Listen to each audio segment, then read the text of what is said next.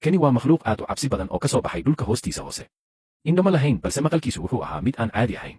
Isla marka uu maqlo dhawaaq yar, makhluuqyadani waxay furan jireen daankooda ilko buuxa ah, waxayna weerari jireen wax kasta oo nool.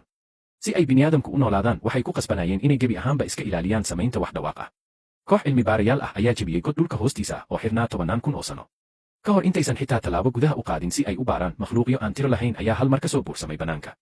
Maalintii xigtay, dawladdu waxay soo saartay digniin qaran. Magaalooyin ayaa lagu qaaday weerar nooc aan la aqoon.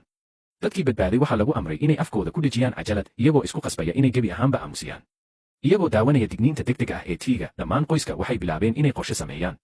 Si lama filaan ah, gabadhii ayaa tiri haddii makhluuqyadaasi run ahaantii jiri lahaayeen, markaas magaalo buuq badan ayaa noqon lahayd meesha ugu khatarta badan.